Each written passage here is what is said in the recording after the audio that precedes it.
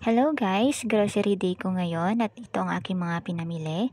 Inayos ko sila isa-isa at nilalagyan ng mga presyo.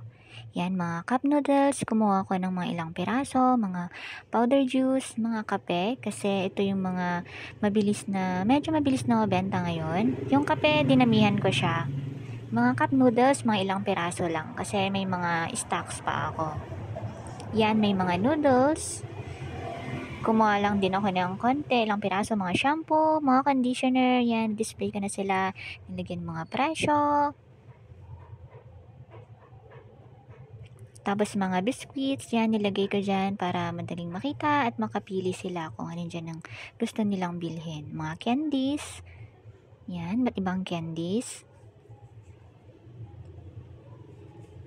Siyempre, mga soft drinks din, nag-stock tayo para hindi tayo pabalik-balik sa grocery, mga bill ng malalaking chicherya. Ayan, maglalagay tayo ng mga price. Ayan, medyo inayos ko na display kanina, mga paila-ilang peraso. Tubig, hindi mawawala. Ayan, mga noodles, nilagay ko muna dyan. Mga chichirya, inayos natin dyan. Ayan, mga iba't ibang paninda. Ayan, mga sabon-sabon. Ayan, mga noodles.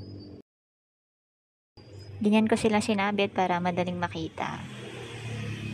Thank you for watching.